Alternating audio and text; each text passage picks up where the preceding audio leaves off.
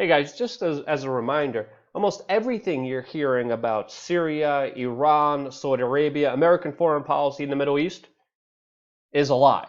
Now, as the mainstream media right now is freaking out about a fake satirical video, we have to understand that the situation in northern Syria, especially when it comes to Turkey, is heating up and escalating in many ways. Now, if you remember, just a couple days ago, the US mainstream media was in a full-on emotional panic about the Kurds. What was going to happen to the Kurds? How the Kurds were backstabbed. How this was going to be a slaughter, a massacre on grand proportions. And well, if you've been watching this channel, you knew that our reporting was totally different. And what we predicted actually just happened right now. All of this as ABC was just caught red-handed trying to scare you and emotionally manipulate you, all of course based on lies. We're going to expose that plus a lot more on this independent media channel that's being demonetized and screwed over by YouTube for reporting a lot of these facts. And because of that, we rely on your support,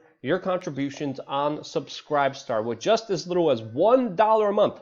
$1 a month means the world to us and keeps us fully free and independent without any strings attached to be able to report the news to you without the, emotional manipulation, the fear-mongering, the left-right divide and conquer agenda trying to, of course, galvanize power just for one particular side. Yeah, we do it a lot differently here than the mainstream media, and we're able to do that mainly because of you and your support. Now, a very important thing just happened when it comes to the bigger conflict that has been happening between the Turks and the Kurds for decades that just reached its boiling point. And that is the fact that the Kurds have decided, as we reported to you previously before, to join forces with the Syrian military. And as we're speaking right now, the Syrian army is joining the Kurds after officially striking a deal with Russia and the Syrian government, which allows Russia to keep its promise of territorial integrity of the Syrian government. The Syrian government is offering protection against this Turkish invasion that's happening right now. And the Kurds promise to work with the Syrian government and not occupy 1/3 of the country with other foreign countries like the United States. And to me, as I reported this is a major shift in the right direction for longer peace in the region, since, of course, the conflict between the Kurds and the Turks have been building for a very long time. And with the United States only funding and training one side of that conflict, they inevitably prolonged it and built it up since it was inevitable. Now, this is exactly what we said was going to happen just a few days ago in our video that is titled Why Donald Trump Finally Actually Made the Right Move, Strategy Explained, where we go into a deep dive on the larger geopolitical implications of this major move. Now, of course, with this major move, what most likely will happen from here is that this Turkish offensive will end, because this could trigger bigger implications for them, including a conflict with the Syrian military, which of course they do not want. And with Russia stepping in to make sure that this happens, and with the Kurds now working with the Syrian government, not just occupying 1/3 of their territory, Syria could now move towards a step in the right directions towards peace in that specific region. And then this kind of emotional, hyperbolic fear-mongering that we heard from the mainstream media about there being a bloodbath, a slaughter, just extinction of the Kurds, it won't happen, because, again, all the signs were pointing to it not happening, even though the mainstream media was still running with these absolute lies, and then also caught red-handed fabricating video footage in order to sell you that big lie. And again, it didn't take a genius to understand that there wasn't going to be a major bloodbath. All you have to do is just pay attention to the situation like we were. Like we reported to you a long time ago that the Syrian government wanted a deal with the Kurds, that there were even some interests in the United States that wanted the Kurds to take this larger deal. But it didn't matter to a lot of these, quote, experts on mainstream media that were just lying to you. And what ABC News did and what they just got caught doing is extremely egregious. Essentially using 2-year-old gun range footage from an event in Kentucky in 2017 to tell you that this was the, quote, slaughter of the Kurds that were stabbed in the back, which, again, none of it was true at all. I mean, just listen to the fear-mongering here just for a little bit on how they're trying to sell you this lie. Alongside the U.S. against ISIS, now horrific reports of atrocities committed by Turkish-backed fighters on those very allies. Kurd civilians, atrocities, they helped us fight ISIS. We're getting stabbed in the back. They're getting obliterated. Look at this footage that we completely doctored and made up, stole from a gun range in order to sell you this lie, which was meant to get your consent to keep U.S. troops in the Middle East forever. And again, you can't get more disgusting and pathetic. I would even venture to say treasonous, especially in recent events, than what ABC did here, which, again, should be spread far and wide so no one ever trusts them ever again. They have lost not only their decency, but with that, all their credibility. Now, as the situation is still developing, as we're reporting on it, we're also hearing reports of American troops blocking some of the Syrian convoy from moving in to, of course, defend the Kurds. This has not yet been corroborated, and I will be keeping a close eye on this very situation on my Twitter account, twitter.com/LukeWeAreChange, to keep you updated on this situation. Now, before the deal was actually struck between the Kurds, Russians, and Syrians, a few ISIS prisoners were able to escape, which Donald Trump made the assertion that this was deliberately done by the Kurds in order to galvanize the West to stay and occupy 1/3 of Syria with them. But my response to the mainstream media attacking Donald Trump on this merit would be, then why did the Kurdish fighters actually even discuss releasing thousands of ISIS prisoners before this latest prison escape that happened in this region? Now, it's still unclear exactly what happened and what led to the release of these 100 ISIS militants, but depending on what side you're on, you will believe different versions of the story. But without jumping to conclusions, in my opinion, it's always better to be skeptical of mainstream media sources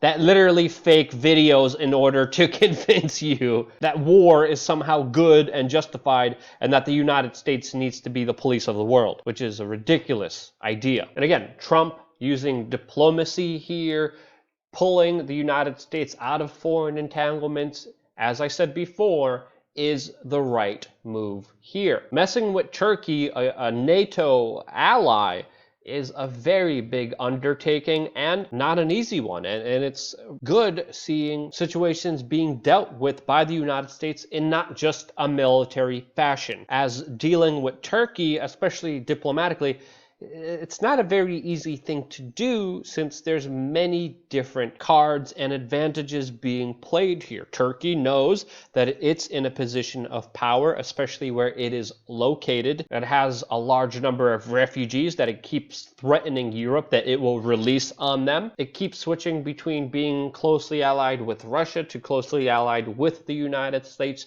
switching back and forth their cooperation with both of these superpowers, so it benefits them at the end of the day. So trust me when I say this is a far more complicated situation unfolding right now than, of course, many people will let on to. And there are many moving parts, many different countries, many different alliances that are at play here. But overall, these latest moves are moves in the right direction, as I previously reported on in the video, as I mentioned before. And as soon as I was done with that video, like literally almost as soon as I clicked public, I got the news notification that Donald Trump, who again recently on his Twitter is promising to stop war, promising to bring the troops back, promising to get the United States out of the Middle East mess, did the opposite of that by sending 1,800 U.S. troops, missile defense systems, and the latest fighter jets to Saudi Arabia to, of course, prepare for a conflict which I have called inevitable. And we have to understand here, geopolitically, Trump's move, strategically giving Turkey what they wanted, repositioning troops out of northern Syria, could be a strategic move that later down the line would allow the United States to launch their aircraft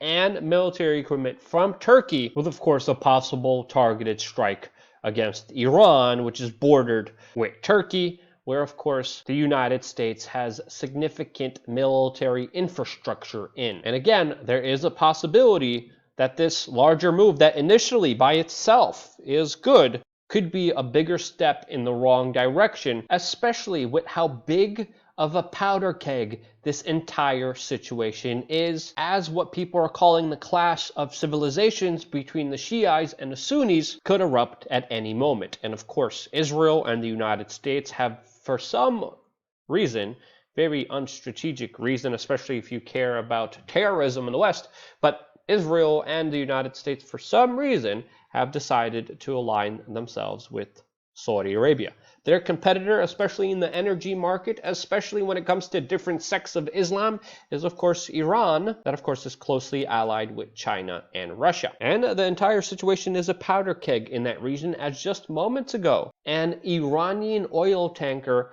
was attacked in the Red Sea by what looks like a sabotage attack of their main export, oil. Iran has even released photos of this attack that many people are calling a mystery, but it is clear it is definitely a provocation towards this conflict that many experts, including myself, say is inevitable. I still do believe that there will be major escalations this month alone, and that sadly the situation will only worsen from here, which could be why there are so many resources, even additional resources, being sent to Saudi Arabia, an appeasement of Turkey, which could all signal a bigger conflict. And if you look at Iran on the world map, the United States has military installation and bases surrounding it from all sides, specifically from Afghanistan, Iraq, Saudi Arabia, and of course, Turkey as well, that did previously leverage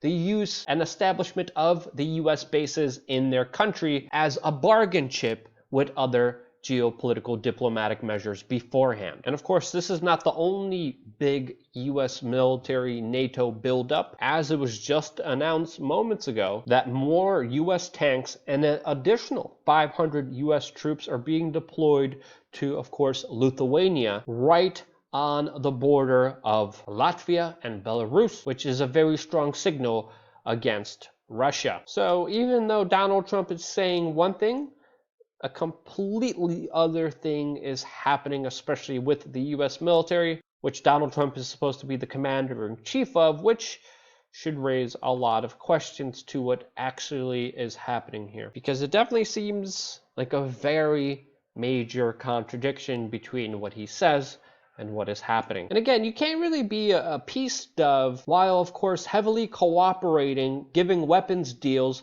for countries that are known for executing and beheading teenagers for trying to organize protests in their country. Oh yeah, and then they're also, the number one exporter of Wahhabism. And, they also had a major role in 9/11, but Trump officially explained when questioned about sending troops to Saudi Arabia, saying specifically that, quote, "Now with that being said, we are sending troops and other things to the Middle East to help Saudi Arabia. But are you ready? Question mark. Saudi Arabia, at my request, has agreed to pay us for everything we're doing. That's a first, but Saudi Arabia and other countries too now, but Saudi Arabia has agreed to pay us for everything we're doing to help them, and we appreciate that." Now, of course, Donald Trump has far exaggerated the amount of money that the United States has been getting from Saudi Arabia, but we also forget that the United States is in over 22, 23 trillion dollars of debt, and it just makes absolutely no sense at all, especially with the powder keg situation in the Middle East, putting our troops in harm's way, which I believe U.S. Senator Rand Paul says correctly that this will, quote, "create a magnet for all the crazy jihadists around the world." And if there's crazy jihadists, well, the place that radicalizes them the most, having U.S. troops in that specific region, it's not really that intelligent. Now, at the same time, just like the United States is making major military moves, so is Iran, and they are expanding their military arsenal. We have Vladimir Putin that was just visiting the Middle East, obviously becoming more influential as well as with China. But overall, the situation, especially geopolitically, is deteriorating, as just moments ago. Putin heavily criticized Donald Trump from withdrawing from the nuclear treaty that they had. That only brings these two superpowers at odds more against each other, even though the mainstream media is still trying to say that somehow Trump delivered exactly what Putin and Russia wanted, which again is just absolutely not true. Especially when you look at the history of the Syrian conflict, how it began, what side the United States was on, and the amount of weapons that the United States sent that deteriorated this situation, failed its larger objective of getting rid of Bashar al-Assad, just like the United States tried to copy what they did in Libya, which of course the mainstream media celebrated too, but created not only massive sectarian violence and terrorism, but also slavery in that country.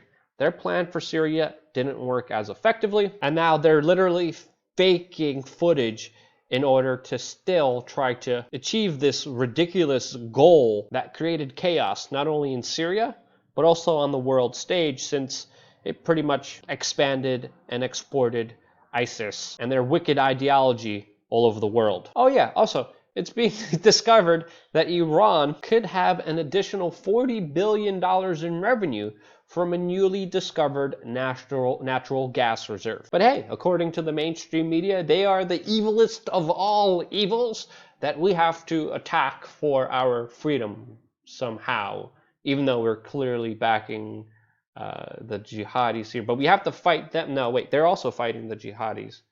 See again, everything you're being told is a lie, especially the line that you have to fight them there so they don't come over here, which is just absolutely not true. That's my take on it. What do you guys think? Let me know in the comment section below. Your feedback is always greatly appreciated. And if you enjoyed this video, share it with your friends and family members, because YouTube definitely won't. And because you're still here, we're here, and that's why. Love you guys. Stay tuned for more here on wearechange.org.